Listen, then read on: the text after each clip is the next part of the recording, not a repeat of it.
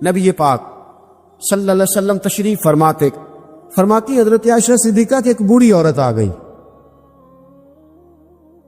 اس عورت نے جب آ کر کے دروازے پہ دستک دی اور جب وہ بولی نا، اس نے گفتگو کی، اس کے جملے محبوب کے سماعت اقدس سے ٹکرائے. کہتے اللہ کے محبوب جلدی سے اٹھ کے بیٹھ گئے. حضور نے اس بوڑھی کا استقبال کیا اور حضور نے اسے بٹھایا. فرماتی ہر آنے والے مہمان کو حضور بڑی عزت دیتے تھے، بڑا نوازتے تھے، ہر آنے والے مہمان پہ بڑا کرم فرمایا کرتے تھے، لیکن اس خاتون کو زیادہ اعزاز دیا. اللہ کے محبوب علیہ السلام نے اس کے لیے کھانا منگوایا، کھجوریں دی، شہد کے ساتھ تواضع فرمائی. فرماتے وہ بی بی باتیں کرتی تو میں دلچسپی دیکھ. کچھ مہمان ایسے ہوتے ہیں نا جو آئیں تو بندہ کہتا ہے اللہ کرے اب چلے جائیں نا کسی طریقے سے، اور کچھ ایسے ہوتے ہیں جن کو بندہ کہتا ہے اتنی بھی جلدی کیا ہے، ذرا ٹھہر جائیے، ذرا رک جائیے. دل کرتا ہے کہ وہ ذرا بیٹھے، ان سے کچھ اور بات ہو، کچھ بات اور آگے بڑھے. کس میں ہوتی ہے مہمانوں؟ محبوب پاک صلی اللہ علیہ وسلم نے بہت ہی زیادہ اہمیت دی. حضور محبوب کریم علیہ السلام جب وہ باتیں کرتی تو حضور دلچسپی سے سنتے، ان کے سوالات کے جواب بڑی گہرائی اور گہرائی سے دیتے. حضرت عائشہ صدیقہ فرماتی ہیں دیر کے بعد وہ بوڑھی اٹھی، کہا حضور اب میں چلتی ہوں. تو نبی پاک نے تحائف تیار کیے. ایک صحابی کو کہا ان کے ساتھ جاؤ اور تحفے انہیں دے دو. کہتے ہیں جب وہ بوڑھی چلی گئی تو میرے دل میں خیال آیا حضور اب مسجد جائیں گے، جب رات کو واپس آئیں گے نا پھر میں محبوب سے پوچھوں گی یہ خاتون کون ہے. لیکن حضرت عائشہ کہتے ہیں حضور تو گئے نہیں، لیٹ گئے، اور بڑی خوشگوار کیفیت میں نے دیکھی. حضور کی مقدس آنکھیں کھلی اور محبوب کے چہرے پر عجیب سی رعنائیاں. جناب عائشہ صدیقہ کہتی ہے میں آگے بڑھی اور میں نے قدموں پہ ہاتھ رکھ کے رسول اللہ صلی اللہ علیہ وسلم مہمان تو روز آتے، حضور یہ کاشانہ نور ہے، یہاں روشنی لینے والے تو روز آتے، یہ کون سی بوڑھی تھی کہ آئی ہے تو آپ نے اتنا استقبال کیا ہے، اس انداز میں وقت دیا ہے. اور یا رسول اللہ صلی اللہ علیہ وسلم پھر میں آپ کی کیفیات دیکھ کون تھی؟ کہتے حضور اٹھ کے بیٹھے اور میں نے حضور کی آنکھوں میں آنسو چمکتے دیکھے. محبوب فرمانے لگے عائشہ یہ میری پہلی زوجہ سیدہ خدیجہ الکبریٰ کی سہیلی تھی. یہ خدیجہ کی سہیلی تھی. فرمایا جب ہم مکے میں رہتے تھے تو یہ خدیجہ سے ملنے آتی تھی، خدیجہ انہیں وقت دیتی تھی، ان کا استقبال کرتی تھی. یہ کمزور ہوتی تھی تو خدیجہ تحفے دیتی تھی. فرمایا آج جب یہ دوبارہ آئی ہے تو پچھلی ساری یادیں میرے ذہن میں تازہ ہو گئی ہیں، وہ سارے خیالات تصورات پھر سے اجاگر ہو گئے. اور فرمایا میں نے وہ ساری نسبتوں کو، ان ساری باتوں کو نبھانے کی کوشش کی جو خدیجہ کا اس کے ساتھ رشتہ تھا. اور پھر بات اس جملے پر ختم کی. فرمایا حسن العہد من الایمان، فرمایا تعلق کو اچھے طریقے سے نبھانا یہ بھی ایمان کا حصہ ہے. تعلقات کو، عہد کو، پیمان کو اچھے طریقے سے نبھانا یہ بھی ایمان کا حصہ ہے. تو دیکھیے ہمارے جو رشتے ہیں، ہمارے جو تعلقات، کوئی شخص یہ تقاضا نہ کرے، کوئی تقاضا نہ کرے، کوئی خامند یہ تقاضا نہ کرے اب تو میرے گھر میں رہتی ہے تجھ پہ پابندی ہے، تو میکے نہیں جا سکتی، تو کسی سے ملاقات نہیں کر سکتی، تو کچھ نہیں کر سکتی. تو کیسے پابند کر سکتا ہے جب تو اپنے حق میں اس قدر زیادہ تو اپنے حق کے اندر مضبوط ہے کہ ذرا وہ بات کرتی ہے تو کہتا ہے میری اماں ہے، میرے ابا جی، اس میں شک بھی نہیں، عورت کو کرنا بھی نہیں چاہیے. اسی طرح کا رویہ ان کے ماں باپ کے حق میں بھی انسان کو رکھنا چاہیے. یہ بات درست ہے انسانوں میں کمیاں ہوتی ہیں، کسی جگہ وہ بھول جاتے ہیں، تو پھر انسان کو یہ بھی سوچنا چاہیے کہ میرے عزیزوں میں بھی کمیاں ہیں، میرے اندر بھی کمزوریاں ہیں. ایک دوست نے ایک دفعہ ایک مضمون لکھا، ایک بات اس میں بڑی خوبصورت پڑھنے کو ملی. کہنے لگے کہ ایک میاں بیوی نے فیصلہ کر لیا، روز جھگڑا ہوتا تھا نا، روز جھگڑا ہوتا تھا، اور جھگڑا میاں بیوی کا اپنا کوئی بھی نہیں ہوتا، کسی تیسرے کی وجہ سے ہوتا ہے. جب بھی ہوتا ہے تو وہ روز جھگڑا ہوتا تھا، تو ہوتا تھا ماں باپ کی وجہ سے. تو جھگڑا اس بات پہ ختم علیحدہ رہتے تھے، اس بات پہ جھگڑا ختم ہوا کہ اب تیرے ماں باپ آئیں گے تو میں نے کوئی پروٹوکول نہیں دینا، اور میرے آئیں گے تو تو بھی نہ دینا، بے شک بیٹھے رہے.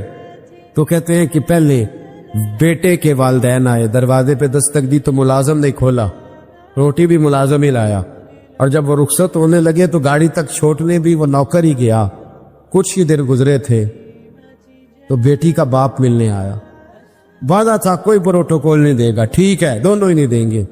لیکن دروازے کے باہر آواز گونجی ابا جی کی. بیٹی کے ہاتھ میں پلیٹ تھی، وہ ڈھب سے گری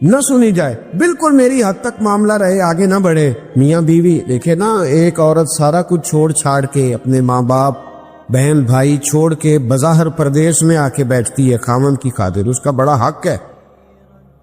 اور نبی پاک علیہ الصلوۃ والسلام نے فرمایا تم میں سے بہتر وہ ہے جو اپنے گھر والوں کے لیے بہتر ہے۔ خیرکم خیرکم لأہلہ وانا خیرکم لأہلی، فرمایا تم میں سے بہتر وہ ہے جو اپنے گھر والوں کے لیے بہتر ہے، اور میں تم سب سے بڑھ کر اپنے گھر والوں کے لیے بہتر۔ اس میں شک نہیں، اس عورت کے حقوق ہیں، نبی پاک علیہ الصلوۃ والسلام نے اس کی وضاحت فرمائی، لیکن حضور نے رشتوں کا تعین کر کے بتایا۔ رشتوں کا مستدرک کے اندر حدیث ہے، رسول کریم صلی اللہ تعالی علیہ وآلہ وسلم کی پیاری زوجہ حضرت عائشہ صدیقہ رضی اللہ تعالی عنہ فرماتی ہیں، نبی پاک کی بارگاہ میں عرض کیا گیا یا رسول اللہ صلی اللہ تعالی علیہ وسلم ذرا ارشاد فرمائیے گا عورت پر سب سے زیادہ حق کس کا ہے؟ حضور ذرا بتلائیے گا عورت پر سب سے زیادہ حق کس کا ہے؟ تو یہ کسی مفتی کا قول نہیں، یہ کسی دانشور کی رائے نہیں، یہ اس محبوب کا قول ہے جنہیں اللہ تبارک و تعالی نے دنیا میں راحت اور آرام دینے کے لیے مبعوث فرمایا ہے۔ یا رسول اللہ صلی اللہ علیہ وسلم عورت پر سب سے زیادہ حق کس کا ہے؟ تو حضور نے فرمایا اس کے خامن کا۔ اسی مجلس میں، اسی محفل میں وہ شخص اٹھ کے نہیں گیا، وہی شخص حضور سے سوال کرنے لگا حضور تو مرد پر حق کس کا زیادہ ہے؟ عورت پر تو میں نے پوچھ لیا، نیا شخص نہیں آیا، نیا آدمی نہیں آیا۔ اسی نے اسی مقام پر اسی جگہ کھڑے ہو کے سوال کیا کہ یا رسول اللہ صلی اللہ علیہ وسلم اب یہ بھی ارشاد فرما دیجئے کہ مرد پر سب سے زیادہ حق کس کا ہے؟ نبی پاک نے فرمایا اس کی ماں کا۔ عورت پر سب سے زیادہ حق کس کا ہے؟ اس کے شوہر کا۔ اور مرد پر سب سے زیادہ حق کس کا ہے؟ اس کی ماں کا۔ یہ حقوق کی تعین ہے جو نبی پاک صلی اللہ علیہ وسلم نے کر کے دیا۔ یہ حقوق کی وہ والی وضاحت ہے، اور یہ ہر آدمی کا وہ والا مقام ہے جو میرے محبوب علیہ الصلوۃ والسلام نے اپنی امت کو خود بتایا ہے کہ یہ اس کی جگہ ہے اور یہ اس کی جگہ ہے۔ اب یہاں ایک بات اور قابل غور ہے، مرد کے عورت پر بھی حقوق ہیں، عورت کے مرد پر حقوق ہے۔ میرے رسول پاک صلی اللہ تعالی علیہ وآلہ وسلم کی خدمت عالی مرتبت میں جب ایک شخص نے عرض کی کہ حضور مجھ سے بڑا گناہ ہو گیا ہے تو میں کیا کروں؟ تو نبی پاک نے فرمایا جا کے اپنی اماں کی نوکری کر۔ ایک کوئی ایسا گناہ اس صحابی سے ہو گیا تھا جو دور جاہلیت کا تھا، شارحین نے لکھا ہے، اب وہ جن کے حقوق ضائع کیے تھے وہ مل نہیں رہے تھے یا وہ دنیا سے جا چکے تھے، تو اس نے حال پوچھا کہ حضور اب کیا کروں؟ تو نبی پاک علیہ السلام نے فرمایا جا اپنی اماں کی نوکری کر، اللہ تیرے گناہ معاف کر دے گا۔ اس صحابی نے فوراً کہا حضور میری تو اماں پردہ کر گئی، میری اماں تو وصال کر گئی۔ تو حضور نے ایک نیا حق بیان فرمایا، محبوب نے فرمایا جا کے خالہ کی نوکری کر، اللہ تیرے گناہوں کو معاف فرما دے گا۔ اور فرمایا خالہ بھی مثل ماں کے ہوتی ہے، خالہ بھی مثل، تو جا کے حضور علیہ الصلوۃ والسلام نے تو خالہ کا حق بیان کر دیا، نبی پاک نے تو تعین کر دیا کہ تو نے نوکری کرنی ہے۔ اب اگر بیگم صاحبہ کو اعتراض ہو کہ تو خالہ کے گھر کیا لینے گیا تھا، تو ادھر کیوں گیا تھا، تو یہ اس کا اعتراض اس لیے درست نہیں ہے کہ اس حق کو رسول پاک نے بیان فرما دیا، نبی پاک صلی اللہ علیہ وسلم نے اس کا ذکر فرما دیا۔ محبوب کریم صلی اللہ علیہ وسلم نے صحیح بخاری کے اندر رسول پاک صلی اللہ علیہ وسلم نے ایک بڑا خوبصورت فرمان ارشاد فرمایا۔ اللہ کے رسول فرمانے لگے صحابہ سے کیا تم میں سے کچھ چاہتا ہے کہ اس کی عمر بھی لمبی ہو، رزق بھی زیادہ ہو؟ اور اگر میں یہ سوال عورتوں سے کروں نا، خواتین سے کروں کہ کیا تم چاہتی ہو کہ تمہارے خاوند کے پاس پیسے بھی زیادہ ہوں، عمر بھی لمبی ہو، تو میرا خیال ہے ایک خاتون بھی ایسی نہیں ملے گی جو کہے کہ نہیں میں نہیں چاہتی، ساری کہیں گی کہ ہمارا دل کرتا ہے کہ ہمارے گھر کے اندر رزق بھی زیادہ ہو، اور اللہ تبارک و تعالیٰ نے جس کو میرے سر کا سایہ بنایا وہ قائم بھی رہے۔ ہر خاتون یہ دعا مانگے گی۔ اب یہ صحیح بخاری ہے تو پھر وہ والا وظیفہ پڑھ لیں جو نبی پاک نے بیان فرمایا ہے۔ نبی پاک علیہ السلام نے فرمایا کیا تم میں سے کوئی چاہتا ہے عمر لمبی ہو، رزق زیادہ ہو؟ صحابہ عرض کرنے لگے حضور سارے چاہتے ہیں، یہ صحیح بخاری ہے۔ تو محبوب فرمانے لگے پھر وظیفہ سنو، اپنے رشتہ داروں کے ساتھ اچھا سلوک کرو، اللہ تمہاری عمر بھی لمبی فرما دے گا، رزق میں اضافہ بھی فرما دے گا۔ ایک طرف آپ بٹھا لیں بڑے بڑے اسکالر، بڑے بڑے لیکچرار، بڑے بڑے خطیب، بڑے بڑے عالم، اور قرآن نے صرف اتنا کہا کہ مرد عورت کا لباس ہے، عورت بول کے بتاؤ۔ او بھائی، دو جملے، مرد عورت کا لباس ہے، عورت۔ ابھی اس جملے کی صرف 3 تفسیریں جو ہمارے محدثین نے کی، یہ صرف 3 جملے اگر آپ کی سمجھ میں آ جائیں تو میاں بیوی کو مزید کسی لیکچر کی ضرورت ہے۔ یہ پردہ کیا ہے؟ مرد عورت کا لباس ہے، عورت تو 3 کام کرتا ہے لباس، ایک تو گرمی سردی سے بچاتا ہے، اور ایک کپڑے پہن کے بندہ سونا لگتا ہے، اور تیسرا کوئی عیب ہو تو کپڑوں کی وجہ سے چھپ جاتا ہے۔ تو اللہ کریم نے مرد اور عورت، دیکھو ہن لباس لکم وانتم لباس لہن، مرد کو بتایا کہ تو گرمی سردی سے بچنا چاہتا ہے، یعنی کسی بھی اچھی بری جگہ سے بچے گا تو بیوی کی وجہ سے بچے گا، اور بیوی سے کہا گیا کہ یاد رکھ جڑیاں خسماں دی وچ رضا وسن، پاگ جاگ جاندے نہیں ہونا گولیاں دے، تیرے لیے یہی بہتر ہے، یہ تو اپنے خامن کی رضا میں رہ، یہ تیرا پردہ ہے، یہ تیرا لباس ہے۔ اور ان دونوں کو بتا دیا کہ لباس ایک تو گرمی سردی سے بچاتا ہے، دوسرا بندہ سڑ جاتا ہے کپڑے ڈال کے۔ بڑا سونا بندہ بھی اگر طامت کے ساتھ اور خالی بنیان کے ساتھ آ جائے، کرتا نہ پہنے تو وہ اچھا نہیں لگتا، وہ کرتا پہنے گا تو زینت ہو جائے گی۔ تو بیوی کو بتا دیا کہ تو جتنی مرضی بھی اعلیٰ ہو، تیری شان تیرے خامن کے ساتھ ہی۔ اور خامن کو بھی کہا کہ یاد رکھ اگر تو گھر نہیں بسا سکتا تو باقی دنیا کو کیا خیر عطا کرے، خیرکم لأہلہ وانا خیرکم لأہلہ۔ اور تیسری بات یہ عرف آخر ہے، اگر آپ کی سمجھ میں آئے تو مرد کو بتایا تو اس کا لباس ہے، عورت کو بتایا تو اس کا لباس ہے۔ لباس عیب چھپاتا ہے، عیب دکھاتا۔ یہاں پھنسی نکل آئے تو لوگ کیا کرتے ہیں؟ اے رومال نہ ٹک لو، تھوڑا نکل آیا نا تو سر پہ جو پرنا لیا اسی سے لوگ لپیٹ لیتے ہیں۔ یہ جو لباس ہوتا ہے یہ چھپاتا ہے۔ قرآن پاک کی عظمت دیکھو کس طرح قرآن ہماری تربیت کرتا ہے۔ کہا اگر بی میں کوئی خامی ہے تو سویرے اٹھ کے لوگوں کو نہ بتا، بلکہ چھپا، اس لیے کہ تو اس کا پردہ ہے۔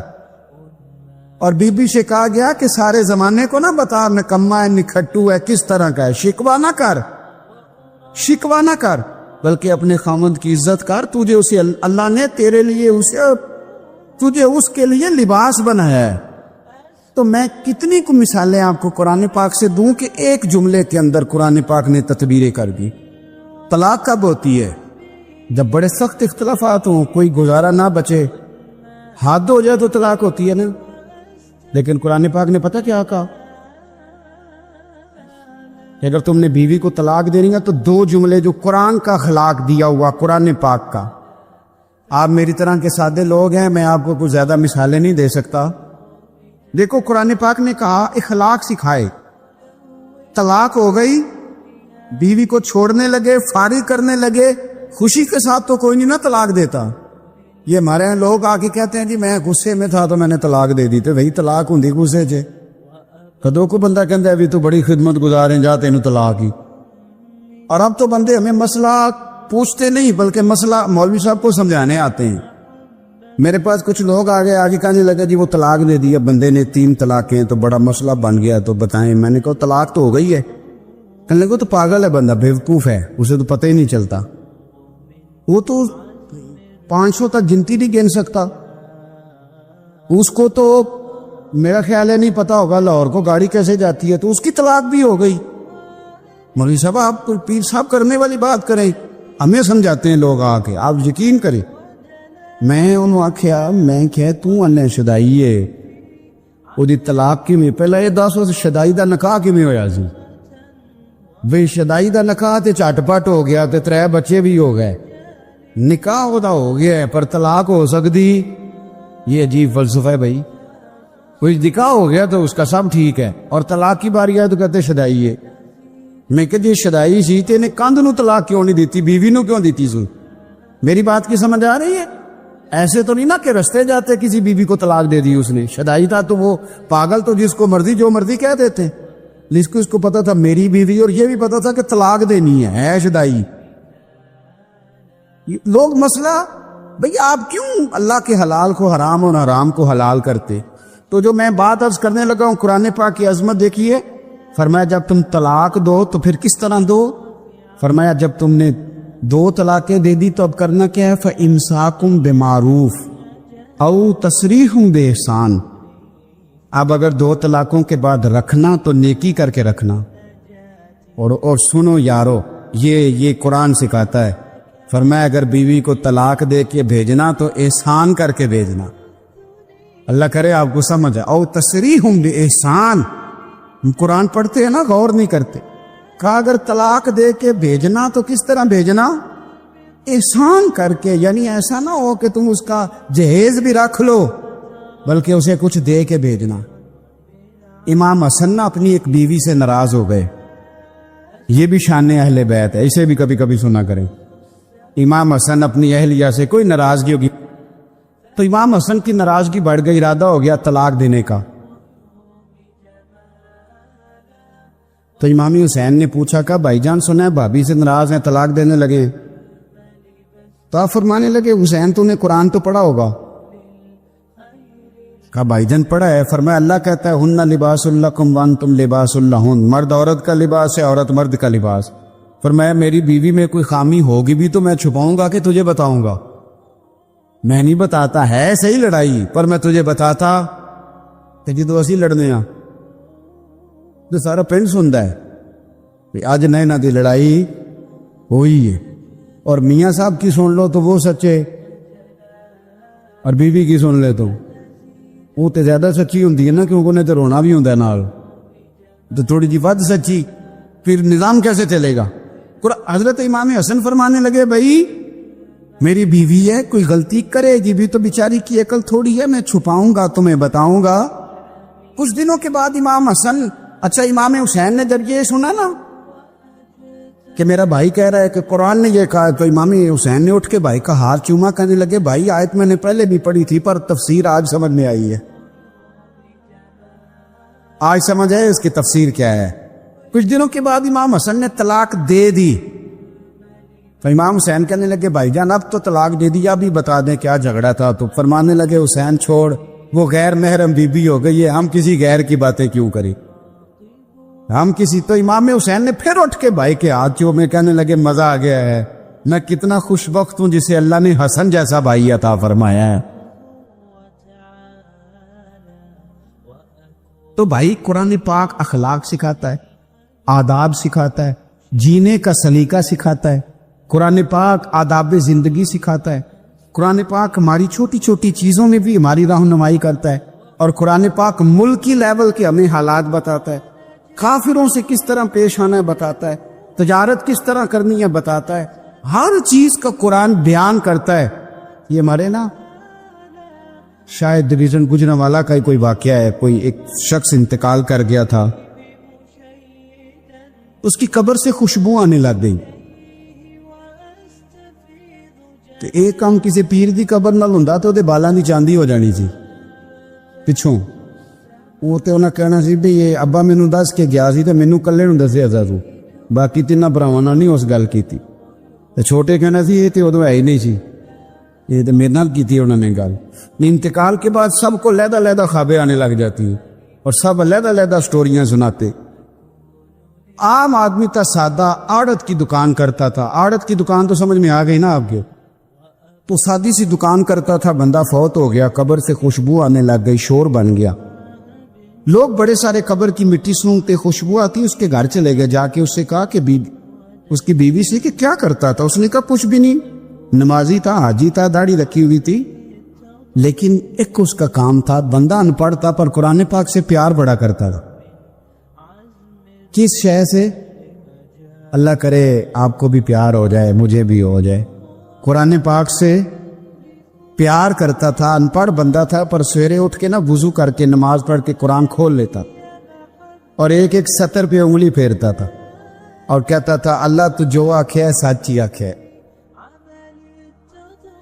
اللہ تو جو بھی فرمانا ہے سچ ہی فرمانا ہے. سونے ربا تو جو کیا ہے میرے لیے ٹھیک ہی کیا ہے. وہ اس مزے سے قرآن پڑھتا، جب مر گیا تو رب کریم نے اس کی قبر میں بھی خوشبو پیدا کر دی.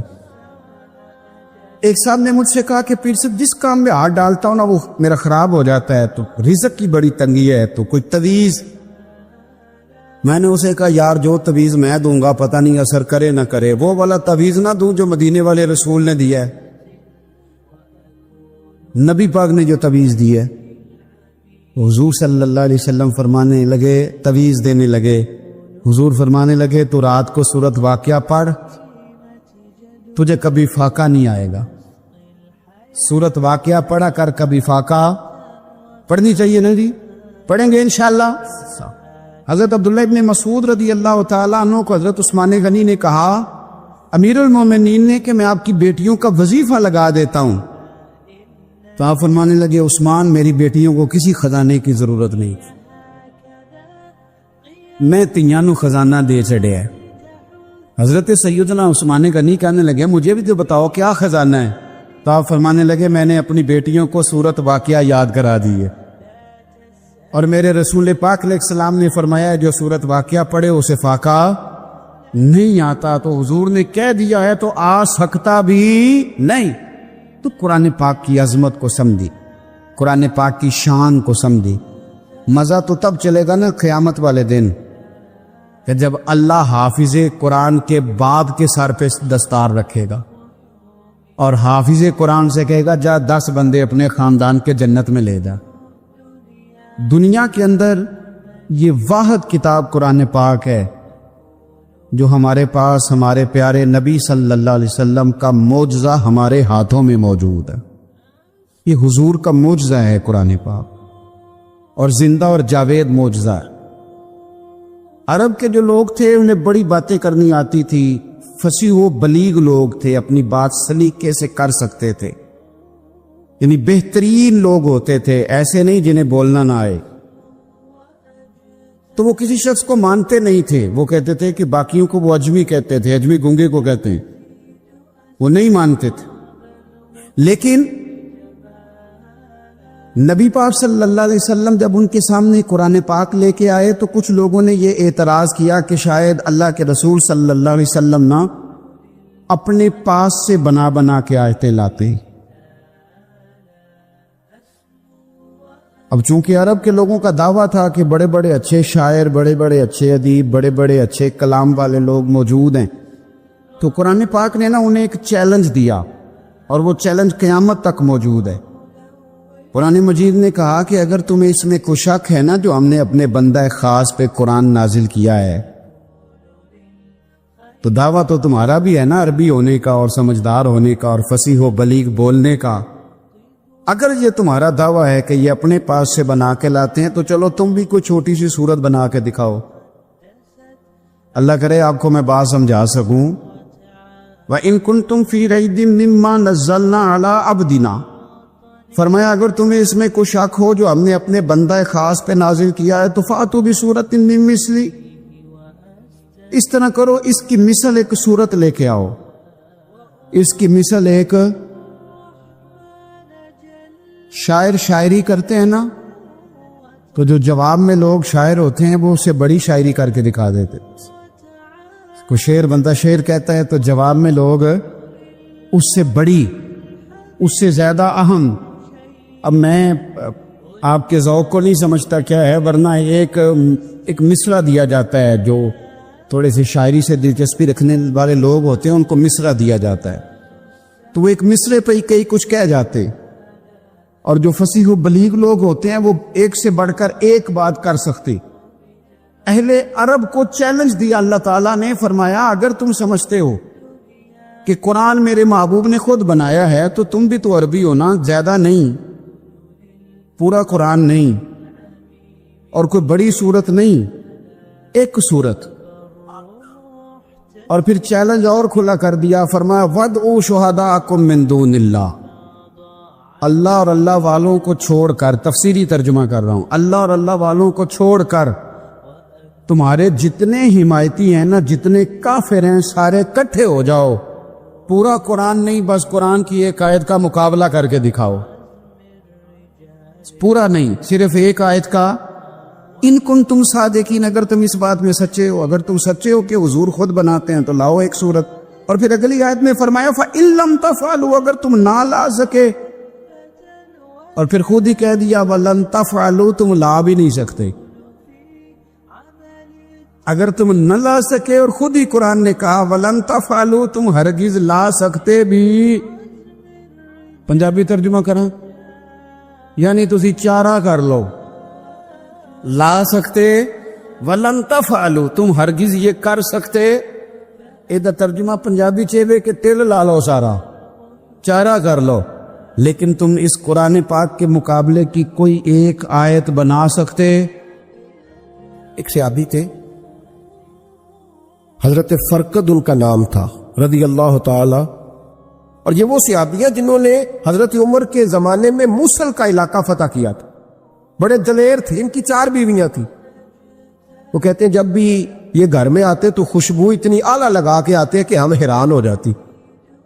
نبی کریم علیہ الصلوۃ والسلام کے صحابی ان کی ازواج کہتی ہیں کہ اب عورتیں زیادہ تیاری کیا کرتی تھیں، لیکن وہ جب گھر آتے نا تو اتنی خوشبو لگاتے، کہتی ہم چاروں مل کے کوشش کرنے لگی، ڈھونڈنے لگی کہ وہ خوشبو کا پتہ کریں جو یہ لگاتا ہے۔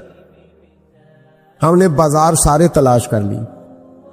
عرب کے اندر آج بھی خوشبو کا بڑا شوق ہے، اور بڑی مہنگی خوشبو ملتی ہے، کبھی آپ بازار جائے، کہتی ہیں ساری خوشبوئیں لگا لی، تھک گئی۔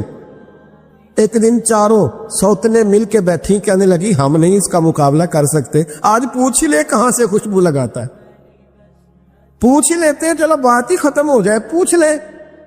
یہ ہم جتنی مرضی آدھا لگائیں، جب یہ آ جاتا ہے نا، کچھ لوگ میرے محفل ہوتے ہیں، جہاں آ جاتے ہیں وہاں چھا جاتے، تو یہ جب آتے ہیں تو چھا ہی جاتے ہیں۔ کیا کریں، اس طرح کا میرے محفل ہے، کیا کریں اس کا؟ فرمانے لگی ایک دن چاروں سوتنوں نے مل کے ان کو بٹھا لیا، کہنے لگی بتاؤ تو صحیح خوشبو کون سی لگاتے ہو؟ کہنے لگے کوئی بھی نہیں، کبھی لگائی نہیں، آج تک نہیں لگائی۔ تو کہتی ہیں بیویاں کہنے لگی صحابہ تو غلط بیانی نہیں کرتے، پر آپ کیا بات کر رہے ہیں، یہ کیسے ہو سکتا ہے کہ آپ آتے ہیں تو ہم حیران ہو جاتی ہیں؟ فرمانے لگے جس دن کی تم لگی ہوئی ہو نا میری خوشبو کا مقابلہ کر دے، مجھے پہلے دن کا ہی پتا ہے۔ تو میں نے کہا چلو زور لگا ہی لیں، دیکھ ہی لیتے ہیں کہاں تک بات جاتی ہے تمہارے پاس جتنا زور لگا لو۔ بہرحال میں اللہ کی قسم اٹھا کے کہتا ہوں کبھی نہیں لگائی۔ تو بیویاں کہنے لگی پھر بتا تو صحیح، تو ایک دلیر آدمی ہے، اور جو دلیر لوگ ہوتے ہیں وہ خوشبوؤں کے اور کپڑوں کے اور ان چیزوں میں زیادہ وقت نہیں لگاتے، ان کے تو مشن اور طرح کے ہوتے۔ آپ تو مجاہد قسم کی آدمی ہے، پر ہر وقت خوشبو آتی ہے۔ تو حضرت فرقد رو پڑے، کہنے لگے بیمار ہو گیا تھا، لاچار ہو گیا تھا، حکیموں طبیبوں نے انکار کر دیا، وجود پر میرے آبلے نکل آئے، پھنسیاں بن گئی، ان میں پیپ بھر گئی، بیٹھ نہیں سکتا تھا، اٹھ نہیں سکتا۔ جب تھک گیا نا تو دروازہ رسول پہ چلا گیا، جب تھک گیا طبیبوں کا تھکایا ستایا حضور کی بارگاہ میں، کہا محبوبہ دیکھے تو صحیح میرا کیا حال ہے۔ حضور ذرا دیکھے، چل نہیں سکتا، سو نہیں سکتا، بیٹھ نہیں سکتا، تیرے علاوہ غم کسے بتاؤ؟ کہتے ہیں حضور نے فرمایا ستر ڈھانپ لے، باقی سارے کپڑے اتار دے۔ ستر ڈھانپ لے، کہتے ہیں ٹخنوں سے لے کر ناف تک میں نے ستر ڈھانپ لی، باقی سارے کپڑے اتارے۔ حضور کیا کریں گے؟ فرماتے ہیں نبی پاک نے دست مبارک اٹھایا، برف سے ٹھنڈا، کستوری سے زیادہ مہکنے والا، فرماتے ہیں پورے وجود پر میرے حضور نے دست مبارک ایک دفعہ لگا دیا، اب جدھر جدھر سے گزرتا ہوں ساری دنیا خوشبو سے بھر جاتی۔ یہ نبی پاک کا دیا ہوا نور ہے، یہ حضور کی عطا کردہ شفا ہے، یہ رسول پاک کے حسن کی خیرات ہے۔ ایک شاعر نے ایک فقرہ کا کمال کر دی، کہنے لگا ظلمت کو ان کے نور نے کافور کر دیا، جس پر پڑی نظر اسے بھی نور کر دیا۔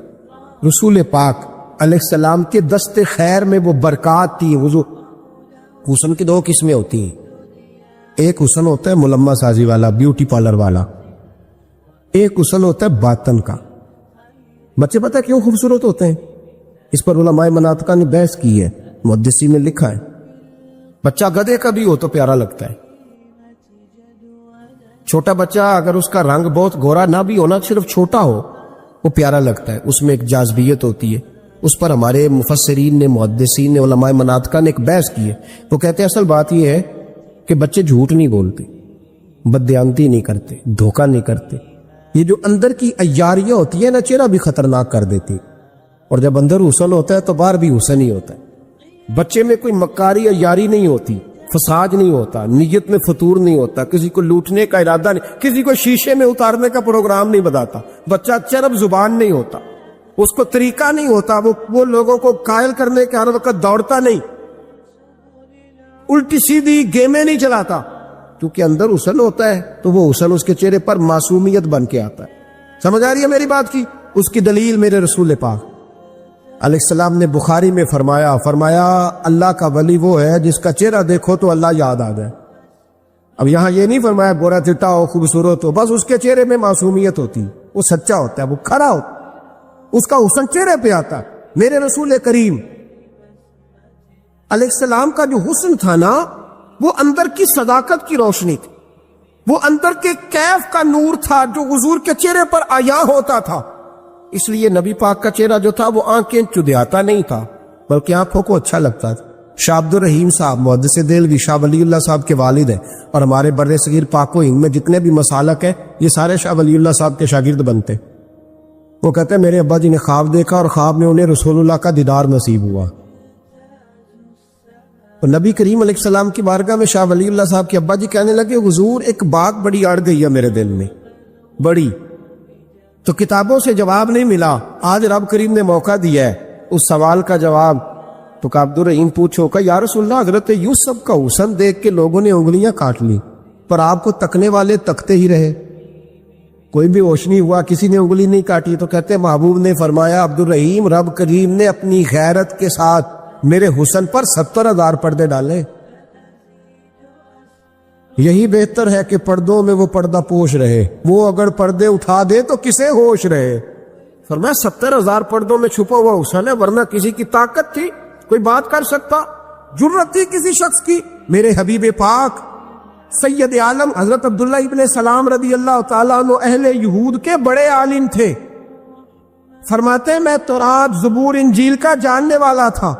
جس دن حضور مدینہ طیبہ آئے، کسوا نامی اونٹنی پر بیٹھے تھے، میں حضور سے مناظرہ کرنے، بحث کرنے آیا. میرے ساتھ میرے شاگرد تھے، ارادہ تھا بحث کروں گا، نبی پاک کو بڑے معاذ اللہ کڑوے کڑوے سوال کروں گا. کہتے حضور بیٹھے تھے کسوا نامی اونٹنی پہ اور گردن مبارک جھکی ہوئی، ہونٹوں پر حضور کے زیر لب ہلکی سی مسکراہٹ تھی. نبی پاک تھوڑا بولتے تھے پر جتنا بولتے تھے وہ دلوں میں اترتا جاتا تھا. فرماتے میں جب گیا نا، میرے شاگرد ساتھ تھے، مناظرہ کرنے گیا، مناظرہ شاگرد ساتھ تھے. فرماتے میں بڑے سوالات تیار کر کے گیا، پر حضور گھوڑے پہ بیٹھے تھے. 2 باتیں میں نے سنی. حضور نے فرمایا رشتہ داروں سے اچھا سلوک کرو، اپنے غلاموں کا خیال کرو. کہتے ہیں وہ شاگرد مجھے دھکے دینے لگے، کہنے لگے چل استاد جی آگے ہو، کرو سوال، چلو نا آگے، بڑھو نا آگے. یہ کئی دفعہ نعرے لگانے والے بھی مروا دیتے ہیں نا، چلو نا، چلو آگے، چلو بڑھو آگے، کرو بات، آؤ نا. کہتے میں ذرا آگے بڑھا، دھکا دیا انہوں نے. فرماتے میں آگے بڑھا اور میں نے کریم محبوب کے قریب جا کے کہا حضور مجھے کلمہ پڑھا دے، میں مسلمان ہونے آیا. یعنی عام آدمی تو قائل ہو جاتا ہے، عالم اور تورات زبور انجیل کا جاننے والا، حضور کلمہ پڑھائیں. کہتے میں واپس آیا نا کلمہ پڑھ کے، تو شاگرد کہنے لگے استاد جی آپ تو مناظرہ کرنے آئے تھے، یہ کیا ہوا؟ تو یہ لفظ ہے حضرت عبداللہ ابن سلام کے. فرمانے لگے تم نے نبی پاک کا چہرہ نہیں دیکھا، ان کی آنکھوں کی روشنی نہیں دیکھی، تم نے چہرے کی معصومیت نہیں دیکھی، لب و لہجے کا وقار نہیں دیکھا. کتنے دنوں کے تھکے ماندے آج وہ مدینے پہنچے، پر ان کے لب و لہجے میں کوئی اکتاہٹ، کوئی تھکاوٹ، کوئی لفظوں میں جھول تم نے دیکھا ہے؟ فرمانے لگے جس کا اس طرح کا چہرہ ہوتا ہے وہ جھوٹا نہیں سچا ہوا کرتا ہے. میرے نبی پاک علیہ الصلوۃ والسلام کے غلام حضرت طارق بن عبداللہ رضی اللہ تعالیٰ عنہ فرماتے کلمہ پڑھنے سے پہلے ایک دفعہ ہمارا سارا قبیلہ تجارت کے لیے نکلا تھا، اور اس وقت منظر یہ ہوتا تھا کہ ہم اپنی عورتوں کو بھی ساتھ لے جاتے تھے. 6 مہینے سفر کرنا ہوتا تھا، اونٹ گھوڑے ہم بیچا کرتے تھے، عورتیں بھی ساتھ رہتی، کھاتے بھی پکاتے بھی. کہتے ایک سفر سے ہم واپس آ رہے تھے تو مدینے کے باہر صحرا میں ہم نے پڑاؤ کیا. اکیلے رسول پاک صلی اللہ پھر ایک دفعہ پڑھیے گا، ایک دفعہ پھر کہیے گا صلی اللہ تعالی علیہ وسلم. کہتے ہیں نبی پاک تنے تنہا اکیلے حضور نہ سیر کرتے کرتے کرتے کرتے ہمارے قافلے کے پاس سے گزرے، خیمے لگے تھے، پڑاؤ کیا، محبوب تشریف لے آئے. کہتے ہیں حضور سید عالم صلی اللہ تعالی وسلم تشریف لائے. کوئی قبیلے میں سے، قافلے میں سے حضور کو جانتا نہیں تھا. ایک سرخ رنگ کا اونٹ تھا ہمارے سردار کا جو بکنے سے رہ گیا تھا، بڑا خوبصورت. کہتے ہیں نبی پاک کو پسند آ گیا. حضور پوچھنے لگے تم کون ہو؟ کہا جی مسافر ہے. کہاں سے آئے ہو؟ فلاں جگہ سے آئے ہیں. کس لیے آئے ہو؟ ہم تجارت کی غرض سے نکلے. اونٹ بیچو گے؟ بیچنا ہے. کتنے کا سودا طے ہوا؟ اس نے کہا اتنے لینے، حضور نے کہا اتنے دینے. اب بات طے ہو گئی. کہتے ہیں لگام حضور نے پکڑی اور فرمانے لگے وہ سامنے میرا شہر ہے جس کا نام مدینہ، وہ میرا شہر ہے. میں ابھی مدینے جاتا ہوں، اپنے غلام کو بیچتا ہوں اور تمہیں آ کے نہ قیمت دے جاتا ہے. محبوب گھوڑے کی لگام تھا، اونٹ کی لگام تھا، ہمیں نکیل تھا، ہمیں اونٹ تھا سرخ رنگ کا. حضور لے کے جب نکلے نا، تھوڑا سا چند قدم آگے گئے تو ان میں سے ایک شخص بولا، کہنے لگا سردار اب سیانے لوگ ہیں، سمجھدار ہیں. اس شخص کا نام پوچھا آپ نے، قبیلہ پوچھا ہے، ایڈریس کا پتہ ہے، پتہ ہے کہاں رہتا ہے، اتنا قیمتی اونٹ دے دیا. تو سردار بھی کہنے لگا، سارے کہنے لگے یار ان کی باتوں میں اتنی لذت تھی، ان کے گفتار و رفتار اتنی باوقار تھی، مزیدار تھی کہ ہوش ہی کوئی نہیں رہا. بھئی ہم پرانے تاجر ہیں، کبھی اس طرح کا سودا کیا ہی نہیں جس طرح کا آج ہو گیا. اوہو واقعی کچھ نہیں یاد رہا، کوئی سمجھ نہیں آئی. وہ ابھی نظر آ رہے ایک آدمی، دوڑ کے جاؤ، دوڑ کے اور جا کر کے نا ان سے کہو، بڑی جائز بات ہے، وہ ناراض بھی نہیں ہوں گے. ان سے ایک شخص کہو کہ بھئی اونٹ دے جاؤ، پیسے لے آنا اور اپنا مال لے جانا، دوڑ کے جاؤ. ایک شخص دوڑنے لگا تو سردار کی بیوی خیمے کے اندر تھی، پردے کے پیچھے سے بولی، کہنے لگی خبردار کوئی پیچھے نہ جائے، اگر پیسے مل گئے تو ٹھیک ہے، نہ ملے تو میں دے دوں گی، کوئی پیچھے نہ، کوئی نہ جائے پیچھے. سردار کہنے لگا تو جانتی ہے؟ کہنے لگی نہیں. کہا گارنٹی کیوں دے رہی ہے؟ تو کہنے لگی تم نے ان کا چہرہ نہیں دیکھا، تم تو سودے کر رہے تھے، میں پردے کے پیچھے سے دیکھ رہی تھی. پیر مہر علی شاہ صاحب کو کسی نے کہا تھا نبی پاک کا حلیہ بیان کرے، بتائیں حضور کے کان مبارک کیسے تھے، آنکھیں کیسی تھی، ناک مبارک کیسی تھی، بینی مبارک کیسی تھی. تو پیر مہر علی شاہ صاحب کہنے لگے کوئی مثل نہیں ڈولن دی. کہنے لگے مجھ سے نہیں بیان ہوتا حضور کا حلیہ، کوئی مثل نہیں بولن دی. تو چپ کر مہر علی، ایتھے جا نہیں بولن دی، بس کر، تو بیان کر سکتا ہے اتنی طاقت. اعلیٰ حضرت نے کہا لم یاتی نذیر کفی ناظرن مثلے تو نشد، پید آ جانا. کہا حضور مثال تو تب آپ کی بنے گی نا، کوئی آپ کی طرح کا پیدا تو ہوگا، تب بھی مثال بنے گی. تو جب ہوا ہی نہیں تو مثال کیسے بنے گی؟ کہنے لگی کوئی نہ جائے، نہ پیسے آئے تو میں دے دوں گی. میں تو پردے کے پیچھے سے دیکھ رہی تھی، ان کے چہرے کا وقار دیکھا، ان کی آنکھوں کی روشنی دیکھی، ان کے لفظوں کا حسن دیکھا. تم 50 باتیں کرتے تھے، وہ ایک جواب دیتے، اور گنے چنے لفظ بولتے تھے. ان کی سادگی کا وقار دیکھا. جانے دو، نہ پیسے آئے تو میں دوں گی. کہتے حضور گئے، تھوڑی دیر کے بعد ایک کالے رنگ کا حبشی غلام آیا، پیسے بھی پکڑے اور اپنی چادر میں نا کھجورے باندھ کے تو پیچھے ڈالی ہوئی. اور دیہاتی لوگ پیچھے نہیں ڈال لیتے، کھجورے ڈال کے پیچھے. کہتے ہیں وہ آئے اور ان کی آنے کا انداز بھی بڑا نرالا تھا. کہتے ہیں وہ جھومتے جھومتے اللہ کا ذکر کرتے، اللہ صمد کرتے پہنچ گئے اور آگے کہنے لگے تم سے میرے نبی نے اونٹ خریدا؟ تم سے؟ کہا ہم سے خریدا ہے. کہنے لگے یہ تمہارے پیسے؟ اور پھر چادر کھول کے صحرا پہ بچھا دی. کہنے لگے یہ تمہارے پیسے اور کھجورے کھاؤ، میرے نبی نے تحفہ بھیجا ہے، کھاؤ، حضور نے تحفہ بھیجا ہے. تو وہ سردار کی بیوی اوٹ ہٹا کے کہنے لگی وہ کالے رنگ کے حبشی غلام انہیں کھجوریں کھلا اور مجھے اس عزت والی ماں کا نام بتا جس کے گھر میں ایسا لال پیدا ہوا. انہیں کھجوریں کھلا اور مجھے اس عظمت والے باپ کا نام بتا جس کے گھر میں ایسا پھول کھلا ہے. وہ قبیلہ تو بتا تو صحیح، وہ کون تھے؟ 2 گھڑیاں رکے ہیں پر خوشبوئی پھیل گئی ہے، رنگ ہی بدل گیا، تار کوئی مثل نہ ڈھولن دی. تو چپ کر مہر علی، ایتھے جہاں نہیں ہو بولن دی. حضرت طارق بن عبداللہ کہتے ہیں جناب بلال فرمانے لگے وہی تو اللہ کے آخری رسول ہے، وہی تو خاتم المرسلین ہے، وہی تو ہیں جنہیں اللہ نے ساری انسانیت کے لیے نمونہ عمل بنایا. کہتے ہم اونٹ بیچنے گئے تھے پر سارے کا سارا قبیلہ ہی مسلمان ہو گیا. اتنا شکوہ ہے ہماری زندگی. آپ یقین کریں ان باتوں کی بھی دوست دعا کرانے آ جاتے ہیں جہاں دل کرتا ہے کہ انہیں سمجھائے کہ یار نہ کہیں تو ٹھہرنا اپنے رب کی رضا. یاد رکھنا اللہ تعالیٰ نے نا انسان کو پیدا ہی مشقت میں کیا. یہ مشقت میں ہے. رب فرماتے میں نے اس کی پیدائش اس کا خمیری مشقت والا بنایا. اللہ کریم نے قرآن مجید میں فرمایا لَقَدْ خَلَقْنَا الْإِنسَانَ فِي قَبَدٍ. فرمایا بے شک ہم نے آدمی کو مشقت میں رہتا ہوا پیدا کیا. پیدا ہی اس کو قبض کیا ہے مشقت میں رہتا ہوں. اس نے مشقت کرنی. بچپن میں بھی مشقت. چلے کوئی تھوڑا سا آپ کو سمجھانے کے لیے بات کر لیتے ہیں. پرائمری سکول میں جانا کتنا مشقت کا کام تھا. ساری رات لوگ منصوبہ نہیں بناتے تھے سویرے چھٹی کرنے کا.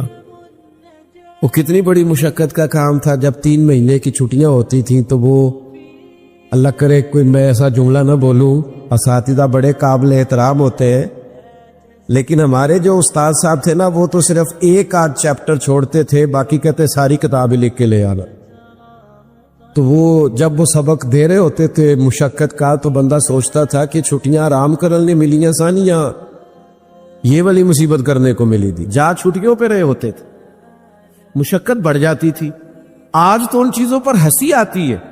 مشقت, جد و جہد, ہر لمحے جد و جہد, اور ہر مشقت اپنے ٹائم پر مشقت ہوتی. آج آپ سے کہا جائے بہت سارے لوگوں سے پرائمری کا امتحان دینا ہے تو آپ کہیں گے بائیں ہاتھ کا کھیل ہے. بھئی اب بائیں ہاتھ کا کھیل ہے, تب نہیں تھا. اور جو آج پرائمری کر رہے ہیں ان کے لیے بھی آج بائیں ہاتھ کا کھیل نہیں. ہر مشقت اپنے وقت پر مشقت رہتی. کسی وقت کسی چیز کا انتظام کرنا آپ کے لیے بڑا قابل تکلیف ہوتا ہے, آزمائش والا ہوتا ہے. بعد میں آپ سمجھتے ہیں کہ یہ تو کوئی مسئلہ ہی نہیں تھا. اللہ نے انسان کو مشقت. ہم نہ سکون ڈھونڈتے ہیں, بس ٹھیک ہے گھر بن گیا, بس ٹھیک ہے اب میں نے بچے پال لیے, بس ٹھیک ہے. او بھائی تو نے آگے بڑھنا ہے, تو نے مشقت کرنی ہے, جد و جہد میں رہنا ہے. او یار آپ ٹھہرے تو صحیح, استقامت تو ہو. ذرا ذرا سی بات پہ بلبلا اٹھنا, تڑپ جانا, ہر چیز سے الجھ جانا, یہ بندہ مومن کی شان نہیں. طاقتور زندگی گزارو, طاقتور. حضرت زید بن ارقم رضی اللہ تعالیٰ عنہ بیمار تھے. یہ ذرا بات سننا میرے کریم کی. اللہ کے پیارے حبیب علیہ السلام تیمارداری کے لیے تشریف لے گئے تو حضور سید عالم علیہ السلام نے جا کر جناب زید بن ارقم کی طبیعت کو دیکھا تو کمزوری تھی اور وہ پریشان بھی تھے. تو حضور علیہ السلام کو اللہ تعالیٰ نے غیب کے خزانوں کی کنجیاں عطا فرمائی ہیں. قریب مسکرا کے فرمانے لگے زید اس بیماری سے پریشان نہ ہو, اس سے تو آپ نے ٹھیک ہو جانا ہے. اس روایت پر خاص غور کرنا کیا کہہ رہا ہوں. فرمایا اس سے آپ نے پریشان نہیں ہونا, اس سے تو آپ نے ٹھیک ہو جانا ہے, مسئلہ ہی نہیں. ہاں اس کے بعد ایک وقت آئے گا آپ کی آنکھوں کی بینائی رخصت ہو جائے گی اور عمر بھی آپ کی لمبی ہوگی. یعنی ایک بڑھاپا, ایک نظر چلی جائے گی. اب آپ یہاں غور کریں سرکار تربیت کیا کر رہے ہیں. حضور فرما رہے یہ جو مشکل ہے یہ تو گزرنے والی ہے, اس کے بعد جو مشکل آنے والی ہے وہ اس سے بڑی ہے. فرمایا زید اس کے بعد آپ کی بینائی چلی جائے گی اور عمر بھی لمبی ہوگی, تو بتائیے اس وقت کیا کریں گے. تو حضرت زید بن ارقم رضی اللہ تعالیٰ عنہ عرض کرنے لگے یا رسول اللہ میں اللہ کی رضا پر ثواب کی نیت سے صبر کروں گا. مانا کیا ہے, دکھ قبول محمد بخشا راضی رہن پیارے. ٹھیک ہے اگر بنائی جائے گی اور بڑھاپا آئے گا تو قبول کریں گے. رب کی رضا کے لیے ثواب کی نیت سے صبر کریں گے. ایسے بھی کبھی دنیا میں میدان لگتے ہوں گے کہ بیماری آئے گی, بتایا جا رہا ہے اور پوچھا جا رہا ہے کہ تو کیا کرے گا, تو بتا رہے یا رسول اللہ صبر کروں گا, تو نتیجہ بھی وہیں بیان ہو رہا ہے. یعنی سارا سودا نقد و نقد. اسی وقت ہتھیلی پہ سرسوں جم رہی ہے,